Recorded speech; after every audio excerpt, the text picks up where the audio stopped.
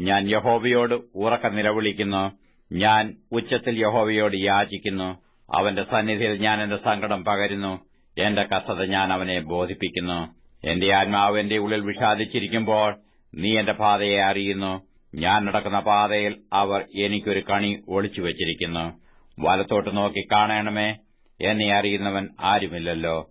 ശരണം എനിക്ക് പോയിരിക്കുന്നു. എന്റെ പ്രാണനു വേണ്ടി ആരും കരുതുന്നില്ല. യഹോവേ, ഞാൻ നിന്നോട് നിലവിളിച്ചു. നീ എന്റെ സങ്കേതവും ജീവനുള്ളവരുടെ ദേശത്ത് എന്റെ ഓഹരിയുമാകുന്നുവെന്ന് ഞാൻ പറഞ്ഞു. എന്റെ നിലവിളിക്ക് ചെവി തരയണമേ.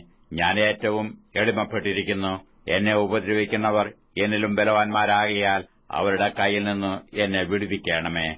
ഞാൻ നിന്റെ നാമത്തിന് സ്തോത്രം ചെയ്യേണ്ടതിന് എന്റെ പ്രാണനെ കാരാഗൃഹത്തിൽ നിന്ന് പുറപ്പെടുവിക്കണമേ. നീ എന്നോട് ഉപകാരം ചെയ്തിരിക്കയാൽ നീതിമാന്മാർ എന്റെ ചുറ്റും വന്നുകൂടും.